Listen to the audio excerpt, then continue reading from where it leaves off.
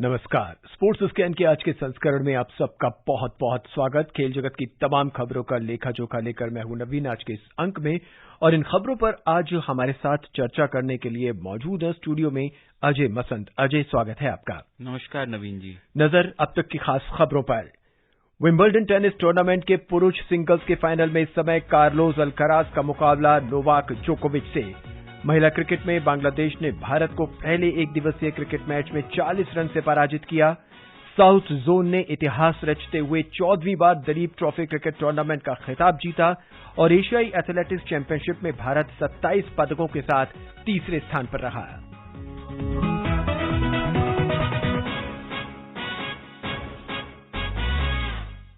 Sports scan में सबसे पहले बात विंबलडन टेनिस टूर्नामेंट के पुरुष सिंगल्स का फाइनल इस समय चल रहा है। शीर्ष वरीयता प्राप्त स्पेन के कार्लोस अल्कराज और मौजूदा चैंपियन सर्बिया के नोवाक जोकोविच आमने सामने, और इस बीच पहला सेट जो है वो नोवाक जोकोविच 6-1 से जीत चुके हैं। दूसरे सेट में 6-6 की बराबरी है, और इस समय पॉइंट इसके आगे जो है वो 3-3 पर हैं। अजय, शानदार मुकाबला जिसकी उम्मीद की जा रही थी, और वो अपने इस समय चरम पर है। जी हाँ, विंबलडन ग्रास कोर्ट पे जो भी अगर जो टूर्नामेंट होता है वो तो हम लोग मानते हैं कि ग्रैंड स्लैम्स में जो है 4 ग्रैंड स्लैम होते हैं जो साल में सबसे बढ़िया और सबसे उम्दा ग्रैंड स्लैम जो हम लोग मानते हैं वो है विंबलडन, और वहीं पे चरम का मुकाबला हो रहा है। और नंबर 1 और नंबर 2 खिलाड़ी हैं। नोवाक जोकोविच वर्ल्ड नंबर 2 हैं, और कार्लोस अल्कराज जो स्पेन के हैं वो वर्ल्ड नंबर 1 हैं। और देखिए कि एज का बहुत ज्यादा डिफरेंस है। नोवाक जोकोविच 36 साल की उम्र के हैं, और कार्लोस अल्कराज मात्र 20 साल के हैं। तो एक नई पीढ़ी आ रही है, और एक जो पीढ़ी जो जा चुकी है या कगार पे है एग्जिट करने के, उन दोनों के बीच में ये मैच हो रहा है। काफी इंटरेस्टिंग है। ये कमाल की बात तो ये है कि at the age of 36 Novak जोकोविच में अभी भी वो टेम्पो है, अभी भी जज्बा है कि वो और ग्रैंड स्लैम जीत पाए। ही इज द करंट, मतलब 23 ग्रैंड स्लैम आज तक उन्होंने जीते हैं, और उनका वो रिकॉर्ड है जो उन्होंने बीट किया राफेल नडाल का, जिनके पास 22 ग्रैंड स्लैम टाइटल्स हैं। जोकोविच के पास आज की तारीख में 23 हैं। और अगर ये आज जोकोविच जीत जाते हैं ये विंबलडन की टाइटल, तो वो 8वीं इनका विंबलडन का खिताब होगा, which will equal Roger Federer के भी 8 टाइटल हैं विंबलडन में। तो देखने वाली बात ये होगी कि बड़ा ही चोटी की टक्कर चल रही है इन दोनों प्लेयर्स के बीच में, और अगर ये जीत जाते हैं नोवाक जोकोविच तो ये इनका 24वां टाइटल होगा, और उसके बाद फिर एक ही टाइटल बच जाती है इस साल जीतने की, जो है यूएस ओपन, वो जो year and last grand slam होता है। अगर वो यूएस ओपन भी ये जीत जाते हैं विंबलडन को जीतने के बाद, एक बड़ा ही यूनिक डिस्टिंक्शन हो जाएगा और winning all the 4 grand slams in a calendar year. Ajay, अगर दोनों के मुकाबलों पर नजर डालें, इससे पहले जो टूर्नामेंट पे जब दोनों आमने सामने हुए थे, तब एक तरफ जोश था कार्लोस अल्कराज का, और दूसरी तरफ जो था एक अनुभव था नोवाक जोकोविच का। अनुभव सामने आया, भले ही कार्लोस अल्कराज बहुत ही तेज तर्रार खिलाड़ी थे, लेकिन वो अनफिट हो गए थे। जी हाँ, फ्रेंच ओपन में जो सेमीफाइनल का मैच हुआ था नोवाक जोकोविच के साथ, वो काफी एक बहुत ही अच्छा कॉन्टेस्ट जा रहा था।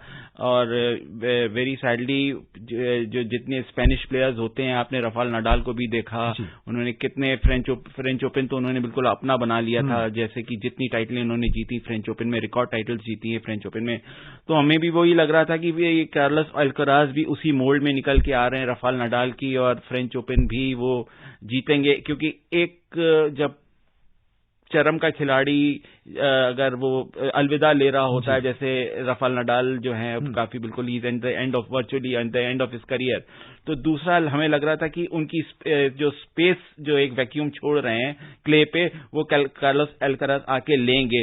अनफॉर्चुनेटली वो नहीं जीत पाए फ्रेंच ओपन टाइटल भी जो विंबलडन से पहले हुई थी। लेकिन आज जो विंबलडन का जिस हिसाब से मुकाबला चल रहा है, किसी भी तरफ जा सकता है। पहला सेट जरूर बड़े बुरी तरह हारे कार्लोस अल्कराज, लेकिन सेकंड सेट में जो उनकी वापसी हुई है उससे ये होप मिलती है कि डेफिनेटली ये फिर से एक लंबा मैच खिंचने वाला है। पुराने मैच पे नजर डाली जाए इन टूर्नामेंट के, तो जैनिक सिनर को हराया था नोवाक जोकोविच ने आसानी से 6-3, 6-4। हालांकि तीसरे सेट में उन्हें 7-5 से जीत मिली थी। वहीं मेदवेदेव को हराया है अल्कराज ने 6-3, 6-3, 6-3 से।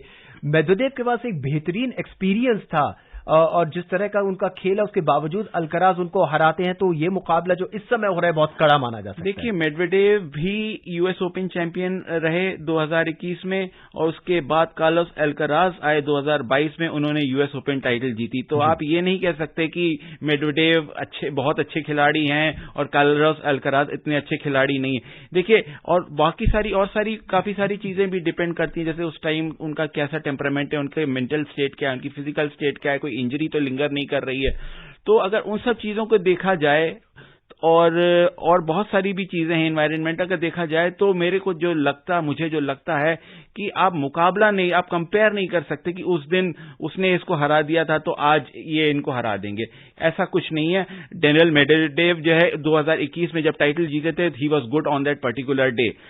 कार्लोस अल्कराज ने जब कैस्पर रूड को 2022 में यूएस ओपन टाइटल हरा के यूएस ओपन टाइटल जीता था, उस दिन कार्लोस अल्कराज बहुत अच्छे फॉर्म में थे। तो फॉर्म अप एंड डाउन होता रहता है, और जो भी प्लेयर उस डे का सबसे बेस्ट अच्छा खेलेगा वही जीतेगा। जी, प्रेशर किस पे होगा? नोवाक जोकोविच इतना लंबा एक्सपीरियंस, 24वां ग्रैंड स्लैम है, और वहीं अल्कराज जो है वो पहली बार इस टूर्नामेंट के फाइनल में पहुंचे। देखिए, मुझे लगता है नोवाक जोकोविच पे प्रेशर ज्यादा होगा, क्योंकि उनको 24वीं टाइटल जीतनी है, ग्रैंड स्लैम सिंगल्स टाइटल, और मार्गरेट कोर्ट जो लेजेंडरी विमेंस टेनिस प्लेयर थी मार्गरेट कोर्ट, उनका जो 24 ग्रैंड स्लैम का जो है उसको इक्वल करना चाहेंगे। ऑल्दो वो विमेंस में 24 ग्रैंड स्लैम टाइटल्स जीती थी, ये मेंस में जीतेंगे वो अलग बात है, लेकिन एक रिकॉर्ड जो माइंड में रहता है कि I want to be the greatest in the world, तो 24 करके वो इक्वल कर लेंगे। उसके अलावा जो है एक यार्डस्टिक सेट करना चाहते हैं, एक ऐसा पॉइंट सेट करना चाहते हैं नोवाक जोकोविच, जो मुझे लगता है जहां तक कोई प्लेयर पहुंच न पाए।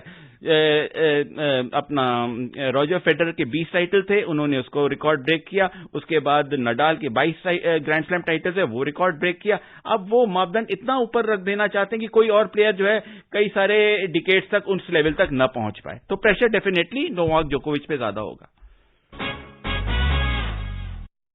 टेनिस के बाद बात क्रिकेट की।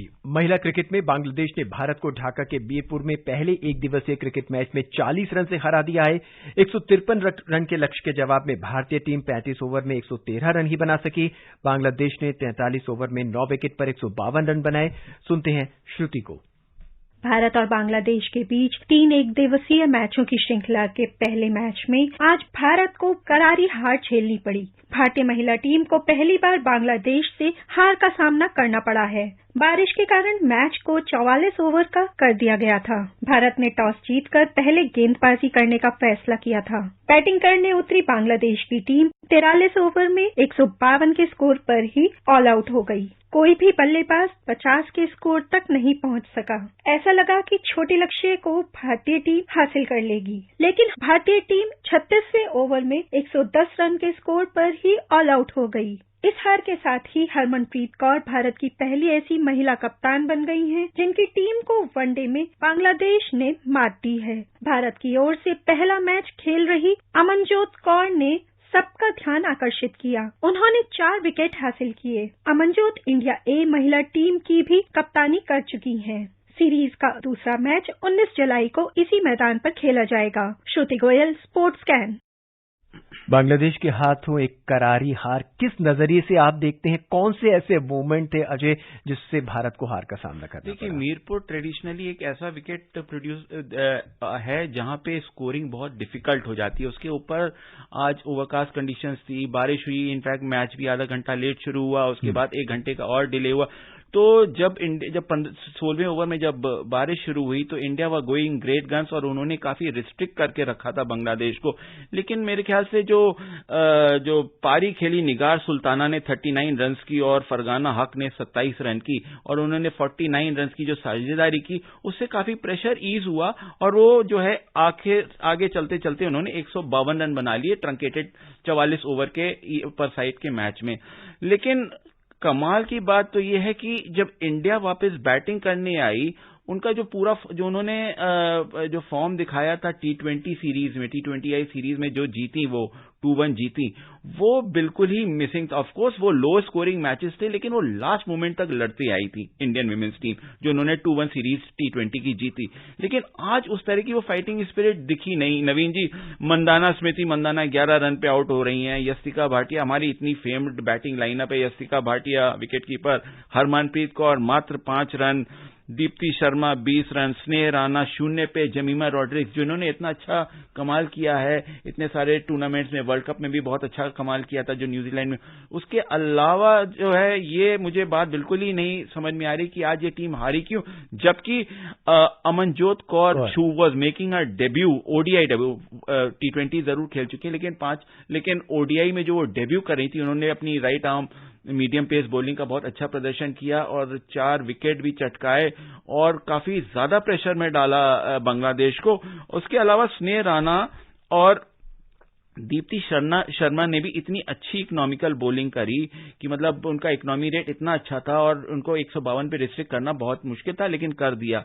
लेकिन eight the end of the day मुझे जो लगता है, एक तो वेदर का इश्यू रहा होगा, वो they could not come to terms with the weather conditions, क्योंकि वेदर में बारिश हुई थी एंड ऑल दैट। और वो जो रिदम ब्रेक हुआ ना आपका 16वें ओवर में, जब 1 घंटे का डिले हुआ, रेन डिले हुआ, उसके चलते जो है मुझे लगता है कहीं ना कहीं वहीं पे ही गड़बड़ हो गई इंडिया टीम के साथ।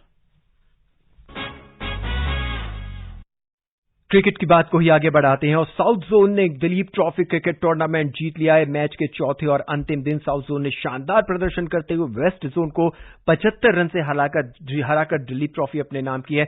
इतिहास रच दिया है उन्होंने, 14वीं बार उन्होंने ये टूर्नामेंट जीता है। जी हाँ, पिछली बार वेस्ट जोन ने साउथ जोन को हराया था दुलीप ट्रॉफी में, और इस बार साउथ जोन ने वो हार को पलट के जीतने तब्दील कर दिया है और आज साउथ जोन जीत गया है। इसमें मैं यही कहूंगा नवीन जी की जो टीम की जो हार है 2-3 वजह से हुई। एक तो उनकी बैटिंग जो थी वेस्ट जोन की इतनी स्ट्रांग थी, पृथ्वी शॉ थे, उसमें चेतेश्वर पुजारा थे, आपके हार्दिक देसाई थे, प्रियांक पंचाल थे जो कैप्टन थे। इतनी बढ़िया टीम होते हुए भी जो है एक बैटिंग फेलियर मैं मानूंगा। पृथ्वी शॉ पहली इनिंग्स में क्लिक किए, 65 रन बनाए, तो प्रियांक पंचाल दूसरी इनिंग में क्लिक किए 95। लेकिन चेतेश्वर पुजारा पे फोकस था कि वो क्या कर पाते हैं। चेतेश्वर पुजारा जी का जो बैटिंग रही काफी डिसमल रही, आई वुड से। पहले इनिंग्स में वो 9 पे आउट हो गए, दूसरी इनिंग्स में उन्होंने मात्र 15 रन बनाए। अगर यहां पे कुछ डिफरेंस आ जाता, अगर यहां पे अर्धशतक या 70, 75, 80 रन की अगर वो एक इनिंग्स खेल गए होते दोनों फर्स्ट और सेकेंड इनिंग्स में, तो डेफिनेटली वेस्ट जोन का पलड़ा भारी होता। हालांकि टूर्नामेंट शानदार रहा, लेकिन आज का दिन विशेष तौर पे खास रहा अगर हम बात करें दक्षिणी जोन की। देखिए, साउथ जोन के पास तो डेफिनेटली बहुत ही अच्छा दिन रहा। उन्होंने जो है जो टारगेट सेट किया था 298 रन का टारगेट सेट किया। उसके बाद एक प्रियांक पंचाल जो बहुत ही अच्छा बैटिंग कर रहे थे, 95 पे खेल रहे थे, उसको आउट करके फिर पूरी टीम को डिमोलिश कर देना और उसके बाद जो है मैच जीत लेना, वो अपने में काबिले तारीफ है। और अब बात एशियाई एथलेटिक्स चैंपियनशिप की। बैंकॉक में एशियाई एथलेटिक्स चैंपियनशिप में भारत ने शानदार प्रदर्शन करते हुए 6 स्वर्ण, 12 रजत और 9 कांस्य पदक अपने नाम किए। 12 जुलाई से इस प्रतियोगिता में भारत कुल 27 पदकों के साथ तीसरे स्थान पर रहा और प्रतियोगिता के अंतिम दिन आज भारत की आभा खटुआ ने महिलाओं की गोला फेंक प्रतियोगिता में रजत, जबकि यारा जी ने 200 मीटर दौड़ में रजत और पारुल चौधरी ने 5000 मीटर दौड़ में रजत पदक जीता। भारत शानदार प्रदर्शन कर रहा है और ये कि नई खिलाड़ी उभर कर आ रहे हैं इन एथलेटिक्स चैंपियनशिप। देखिए, मुरली श्रीशंकर ने जो है लॉन्ग जंप में गोल्ड मेडल, सिल्वर मेडल जीता कल, और पेरिस ओलंपिक्स के लिए उन्होंने अपनी जगह बनाई। ताजिंदर पाल सिंह तूर जो शॉर्ट पुटर हैं इंडिया के, उन्होंने भी गोल्ड मेडल जीता और अपना टाइटल एशियन चैंपियनशिप का डिफेंड किया। और लेकिन यही रहेगा कि इसका परफॉर्मेंस जो है अगर ये एशियन गेम्स में ट्रांसलेट कर पाते हैं तो बहुत ही अच्छी बात रहेगी नवीन जी। और तेजिंदर पाल सूर पे स्पेशली फोकस रहेगा क्योंकि एशियन गेम्स डिफेंडिंग चैंपियन भी हैं, गोल्ड मेडलिस्ट भी हैं। अजय, वक्त हमें बिल्कुल इजाजत नहीं दे रहा। बहरहाल आज के इस अंक में इन तमाम खबरों पर अपनी विशेष राय रखने के लिए आपका बहुत बहुत धन्यवाद। धन्यवाद नवीन जी। आज के इस अंक में बस इतना ही। मुझे नवीन को दें इजाजत। नमस्कार।